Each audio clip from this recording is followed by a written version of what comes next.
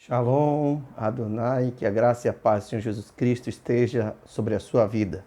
Já estamos aqui no estudo de Efésios, no seu capítulo 4, tentando então nesses 7 dias estudar a palavra de Deus. A palavra de Deus é fonte de vida, de sabedoria e sim, de bênçãos para as nossas vidas. Então estamos entendendo neste tempo de milagre o que Deus tem para nós. E essa carta ao povo de Éfeso, né, a carta aos de Efésios, ela é rica e poderosa, ela revela grandes coisas.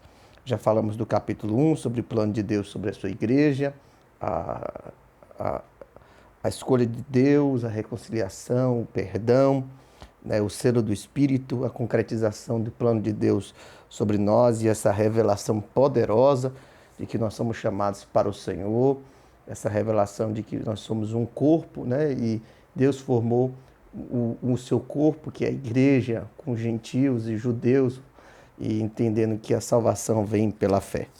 Paulo, então, agora vai começar a falar não acerca do que Deus fez por nós e Deus operou em nós segundo as suas obras, mas agora, sabedor disso tudo e conhecendo o plano de Deus sobre as nossas vidas, o que Deus nos proporcionou com o seu poder, Paulo começa então a tratar dos deveres do cristão, ou seja, a nossa responsabilidade e estar nesse caminho. Então, no versículo 4, ele já começa dizendo: rogo-vos, pois eu, o preso do Senhor, que andeis como é digno da vocação com que fostes chamados. Então, Paulo já vai tratar aqui de que agora, já que vocês são salvos, transformados, regenerados, perdoados, andem como tal.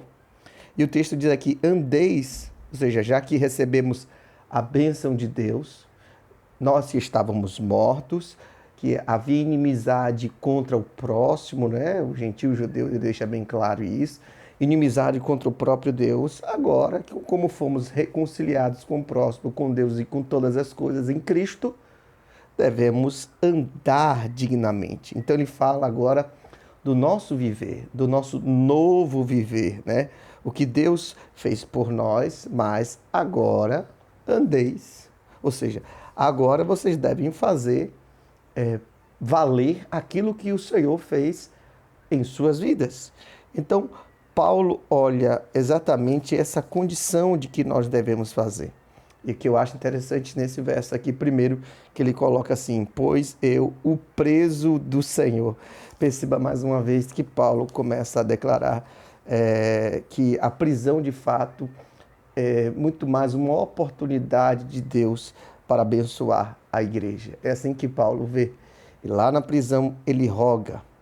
E rogar aqui é muito mais do que um pedido, é um grito, na verdade. É um clamor para que venhamos viver a glória de Deus em nossas vidas. Então, façam isso por aquilo que Deus já fez por nós. Andem dignamente, né? E essa palavra digno é no sentido de como se fosse uma balança. Tenha esse equilíbrio entre Deus e a sua vida, esse equilíbrio com a vida de Deus como filhos amados. Então, equilibrem isso em vocês, sejam dignos de realizar isso em sua caminhada. Então, ele faz aqui algumas separações, Paulo, e podemos encontrar já 3, do versículo 1 ao 3. Ele fala da ênfase da unidade. Do versículo 4 ao 6, ele vai falar dos fundamentos da unidade. E do 7 a 11, ele vai falar dos dons. Cadê? 7 a 11, ele vai falar dos dons da unidade. E do 12 a 16, ele fala sobre o crescimento da unidade. Então, 4 coisas aqui Paulo vai destacar. A primeira que nós podemos já ler no versículo 13, ele diz: procurando guardar a unidade do Espírito pelo vínculo da paz. Maravilha. Então, o que é guardar a unidade? Não é criar uma unidade. Ele não fala sobre criar algo aqui, e sim guardar, ou seja, preservar aquilo que já recebemos. Que unidade é essa? Aquilo que Cristo reconciliou nele, né? Todas as coisas, tanto os judeus como os gentios, procurem guardar isso. E aí ele vai trazer bem claro esse entendimento que guardar exatamente esse andar dignamente. Agora, como andar dignamente, não só ele diz ou roga para andarmos dignamente, mas também ele explica como andarmos dignamente. Ele vai dizer aqui no versículo 2: com toda a humildade e mansidão, com longanimidade, suportando-vos uns aos outros em amor. Ou seja, com toda a humildade. E perceba que nesse contexto, humildade não era uma virtude. Humildade se tornou uma virtude a partir do cristianismo. Essa é a marca do cristão, humilde. O próprio Cristo declarou: aprendei de mim, que sou manso e humilde de coração. Ser humilde é não pensar em você além do que convém. Isso é ser humilde. Então, para tanto, você precisa se conhecer bem, conhecer a si mesmo e saber o seu estado natural de onde você veio. Logo, Paulo já nos revela que estávamos mortos, mas a graça de Deus nos alcançou e nos ressuscitou dos mortos. Então, perceba que essa humildade é o reconhecimento daquilo que Deus opera em nós. O outro que ele fala aqui é sobre a mansidão. Olha só, mansidão. Esse é o andar digno. E o que é ser manso nesse contexto? É lento em insistir em seus direitos. Alguém que sabe controlar, na verdade, as suas emoções, as suas ações e as suas reações. Ele é manso. E longânimo, a longanimidade, ou seja, é a paciência longa. O pavio não é curto, pelo contrário, é longo por demais. E claro, essa paciência vem por um exercício das nossas vidas, né? De tolerar sem perder o controle. Então, esse andar digno, humildade, mansidão, longanimidade e por último ele diz aqui, suportando uns aos outros em amor. Ou seja, esse suportar é de sustentar um ao outro. Então, esse é o andar digno que Paulo vem aqui a declarar nesse contexto. Então, ele vai enfatizar essa questão da unidade. Do versículo 4 aqui ao 6, ele vai falar, há um só corpo, ou seja, há os fundamentos da unidade. Há um só corpo, um só espírito, como também foi chamados em uma só esperança da vossa vocação, um só Senhor, uma só fé, um só batismo. Ou seja, ele fala sobre a unidade, um só corpo, está relatando sobre a igreja de Cristo. Os que creem em Cristo Jesus se tornam um corpo, ou seja, a igreja. Um só Deus, versículo 6, e Pai de todos, o qual é sobre todos e por todos e em todos. E aí você percebe um destaque muito importante. Um só Deus e Pai de todos, o qual é sobre todos, ele vai falar sobre domínio. Por todos, ele vai falar de providência. Deus é por nós, então ele é sobre nós, o domínio de Deus sobre nós. Ele é por nós, no sentido de estar ao nosso favor, trazendo a providência. E em todos nós, ele fala de onipresença, ou seja, a presença de Deus. Então, o domínio, a providência e a presença. Essas três características aí da revelação de Deus para nós. Estes são os fundamentos da unidade. Versículos 7 a 11, ele vai tratar sobre os dons da unidade. Mas a graça foi dada a cada um de nós, versículo 7, segundo a medida do dom de Cristo. Por isso diz, subindo ao alto, levou cativo o cativeiro e deu os dons aos homens. Ora, isto ele subiu, que é, senão que também antes tinha descido às partes mais baixas da terra, aquele que desceu é também o mesmo que subiu acima de todos os céus para cumprir todas as coisas. Então ele fala aí acerca dos dons de Cristo para as nossas vidas. Então, os dons são dados nada mais, nada menos pelo próprio Cristo para a edificação da sua igreja. Então, os dons aqui, eles são descobertos ou entregues, né, revelados através da comunhão com a igreja. Então, o dom é para a edificação da igreja, o dom é através da comunhão com a igreja. E aí ele vai citar alguns, o qual ele deu os dons. Ele mesmo deu uns para apóstolos, versículo 11, outros para profetas, outros para evangelistas e outros para pastores e doutores. Versículo 12 ao 16, ele vai falar sobre o crescimento da unidade. Os dons, na verdade, é o aperfeiçoamento de Deus sobre nós, ou seja, o desenvolvimento das nossas habilidades. Olha o versículo 12 que ele diz: querendo o aperfeiçoamento dos santos para a obra do ministério, para a edificação do corpo de Cristo. Que maravilha! Versículo 13, olha só. Até que todos cheguemos à unidade da fé e ao conhecimento do Filho de Deus, a homem perfeito, à medida da estatura completa de Cristo. Então, ele fala aqui sobre uma evolução nossa, sobre uma maturidade espiritual. É isso que o verso 13 diz. Fala de maturidade espiritual como um alvo a chegar e sermos o reflexo do próprio Cristo. Versículo 14 fala não só de uma maturidade espiritual, mas ele fala de uma estabilidade espiritual. Olha o 14. Para que não sejamos mais como meninos inconstantes, levados em roda por todo o vento de doutrina, pelo engano dos homens, e com astúcia enganam fraudulosamente. Ou seja, existe uma estabilidade espiritual sobre a questão do crescimento desta unidade, para não sermos mais como meninos, onde não nos firmamos, não estamos estáveis, estamos atrás, na verdade, de novidades, e essas novidades nos desestabilizam. Então, o crente que não está firmado na palavra, ele vai ser levado aí por esses ventos. O versículo 15, ele fala sobre a verdade com amor.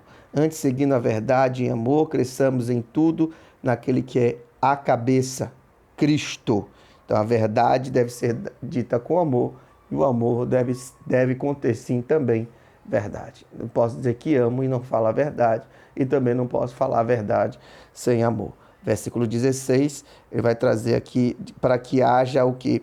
A cooperação espiritual, do qual todo o corpo, bem ajustado e ligado, pelo auxílio de todas as juntas, segundo a justa operação de cada parte, faz o aumento do corpo para edificação em amor. Então, para que haja cooperação espiritual, é a revelação dos dons de Deus, trazendo então crescimento nessa unidade. Então, todos nós temos uma função. A pergunta é: o que é que você está fazendo para a edificação da igreja? Qual é a sua função nesse corpo?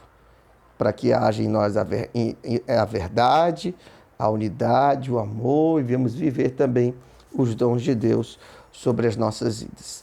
Aqui agora, do verso 17 até o 32, Paulo vai falar sobre a outra marca da igreja, né? Assim como a unidade é uma marca desta igreja, deste povo separado, desse povo eleito, Paulo vai trazer uma outra marca da igreja, que é a sua santidade, a sua pureza. Então aqui do 17 ao 19 vai começar a admoestar a igreja sobre esse aspecto. Verso 17 até o 19, ele diz: e digo isto, e testifico no Senhor, para que não andeis mais como andam também os outros gentios, na vaidade da sua mente, entenebrecidos no entendimento, separados na vida de Deus, pela ignorância que há neles, pela dureza do seu coração. E aqui eu trago essa admoestação, na verdade, de Paulo, para que o povo possa viver essa separação e essa santidade, que é uma das marcas da igreja do Senhor para com as nossas vidas. Aqui no verso 17 ele fala aqui algo muito interessante: na vaidade da sua mente, ou na vaidade dos seus pensamentos. Os meus pensamentos precisam se dobrar diante da grandeza de Deus e diante da glória do Senhor. Mas quando os meus pensamentos, eles são vaidosos, eles não se curvam diante da revelação de Deus. E Paulo exorta isso sobre a igreja. onde há pensamentos entenebrecidos no entendimento, ou seja, pensamentos obscurecidos, e esse pensamento obscurecido gera a cegueira espiritual, onde não há discernimento. Isso leva ao quê? Leva a viver uma vida fora da santidade do Senhor. E aqui o versículo 18 fala também sobre separados da vida de Deus pela ignorância que há neles, pela dureza do seu coração. Ou seja, eles ignoram em reconhecer a Deus. A mente é cheia de trevas e a falta de compreensão de Deus, isso vai levar a um estilo de vida que não agrada ao Senhor. E a marca da igreja é a santidade. Então, a vida cristã começa exatamente por isso. Versículo 19, ele traz até essa palavra: o quais, havendo perdido todo sentido, se entregaram à dissolução, para com avidez cometerem toda impureza. Mas vós não aprendestes assim a Cristo. Ele está trazendo exatamente essa diferença desse novo estilo de vida. E a vida cristã começa exatamente, a primeira porta é o arrependimento, onde uma nova mente, um novo estilo, não apenas se introduzir a uma igreja, uma congregação, a conversão de fato é a mudança total da nossa mente, do nosso comportamento, das nossas ideias, da nossa compreensão. É um andar diferente, não é andar igual os incrédulos andam, né? E é por isso que Paulo exorta que não devemos imitá-los. E por que eles andam assim, separados de Deus? Versículo 18 diz: por causa da dureza do seu coração, a insensibilidade deles quanto à questão do pecado. Eles não sentem mais o pecado, eles não consideram mais o estado pecaminoso. Pelo contrário, eles sentem prazer até do pecado. Por conta de quê? Da dureza do vosso coração. É um coração, quando ele diz aqui a dureza, é como se fosse algo que vai sendo petrificado. Ele era maleável, mas ele foi se enrijecendo, endurecendo, até que não permite mais com que a palavra de Deus penetre em seus corações. Vivendo uma vida, o que? Versículo 19, dissoluta, se entregaram à dissolução. E dissolução aqui fala de uma vida sem limites.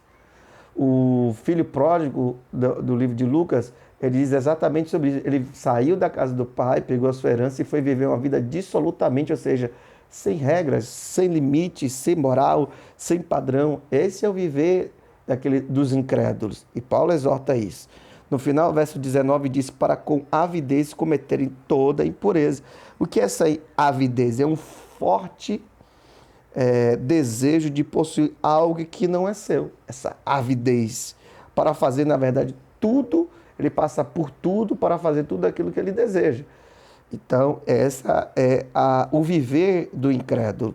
Versículo 20, ele vai trazer, então, essa diferença. Mas vós não aprendestes. E olha como ele diz: não aprendestes assim a Cristo. Então, Paulo vai constatar a vida cristã, a vida do crente e a vida do ímpio. Nós não aprendemos assim. Ou seja, nós temos uma doutrina diferente. Quando ele fala de entendimento, de aprendizado, ele fala sobre isso. É mais do que sentir, é ter um entendimento acerca do que Cristo é sobre nós, revelado a partir da sua doutrina, né? Ele fala: não aprendemos assim a Cristo, nem foi de Cristo, mas não aprendemos a Cristo. Aprender a Cristo e não de Cristo significa que nós aprendemos do próprio Cristo. Aprendemos com Ele, porque Ele está vivo. Ele não morreu, mas aprendemos com Ele. E quando nós aprendemos com Ele, fala também de relacionamento. Ou seja, ser cristão não é só saber sobre Deus, ou ler sobre Deus, ou ter um entendimento acerca de Deus, mas é ter relacionamento com Ele. Isso é ser um cristão, né?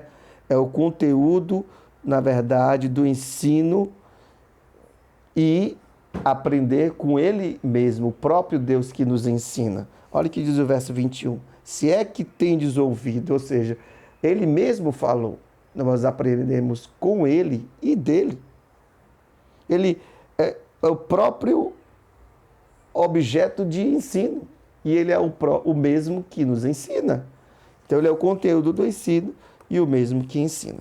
Versículo 24, ele diz aqui: e vos revistais do novo homem que, segundo Deus, é criado em verdade, justiça e santidade.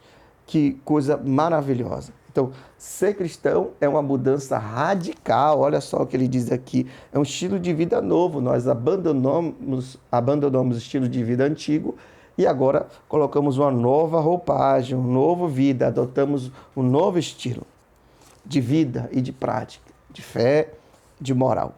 Versículo 25, ele diz: por isso deixai a mentira.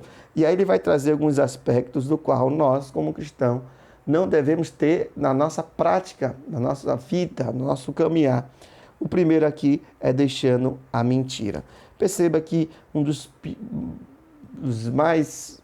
maiores problemas, né, que o cristão vem enfrentando em seus desafios são as questões de relacionamento. Quando você é um cristão, de fato, você tem um relacionamento saudável.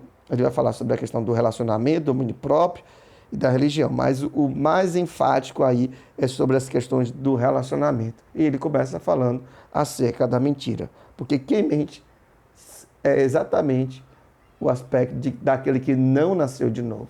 Porque quem nasceu de novo, ele usa de um caminho de verdade. Então, Paulo vai deixar bem claro que nós temos graves problemas com relação a relacionamento. Então, ele vai exortar isso. O segundo 26, ele diz: irai-vos e não pequeis, não se ponha o sol sobre a vossa ira. Então, ele fala dessa ira que é justa e da ira injusta. A ira justa é que nós precisamos nos indignar com situações como o pecado, que não agradam a Deus, porém, a nossa indignação, de fato, precisamos nos indignar contra as questões de injustiça, mas a nossa indignação não pode ultrapassar a justiça de Deus. Nos iramos, mas não vamos ultrapassar a justiça de Deus. Versículo 28, ele fala sobre a questão do aquele que furtava, não furte mais, ou aquele que roubava, não roube mais, no sentido também não só de tirar, né, chama-se de o assalto, mas aquele que lucra fazendo com que o outro perca, ele ganha porque o outro perdeu. O bom negócio, de fato, é quando os dois ganham. E Paulo fala sobre esse estilo de vida. E no final ele diz aqui, repartir com o que tiver necessidade. Além disso, ele fala de uma questão de generosidade que deve haver na nossa vida. Olha que são questões doutrinárias muito importantes para a revelação da vida cristã. Versículo 29, ele diz aqui: não saia da vossa boca nenhuma palavra torpe, mas só a que for boa para promover edificação, para que dê graças aos que convém. Ele fala muito forte sobre isso. A palavra torpe, ela não pode estar nos nossos lábios, né? Isso traz um entendimento bem claro de que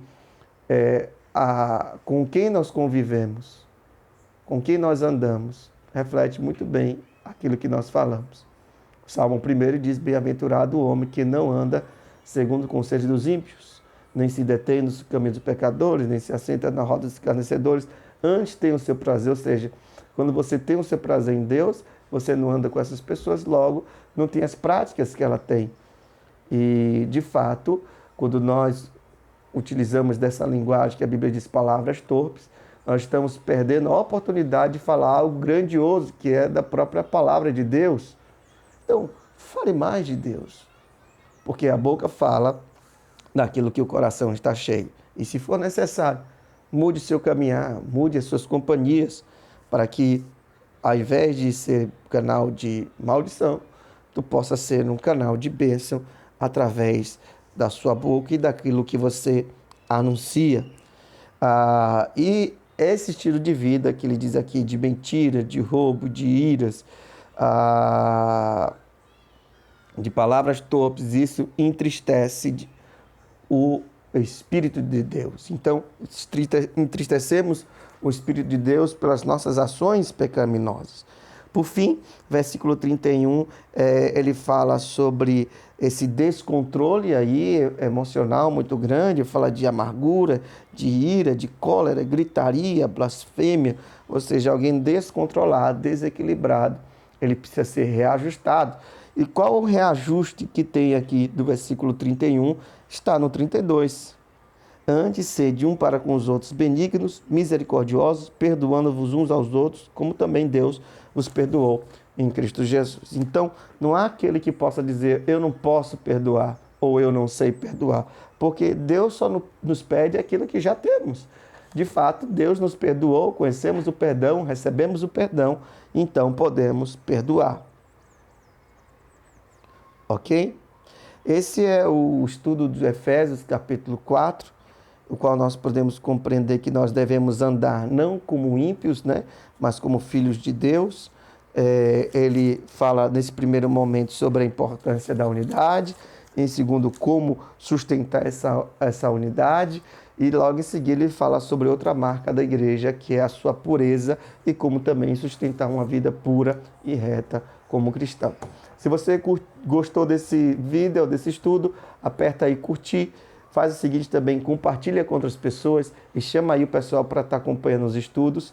E você que não é inscrito no canal, aperta só um botão, se inscreve no canal e que Deus possa abençoar poderosamente a sua vida. Se Deus permitir, estaremos aqui no capítulo 5, estudando mais um dia a palavra do Senhor. Fica na paz e Deus abençoe.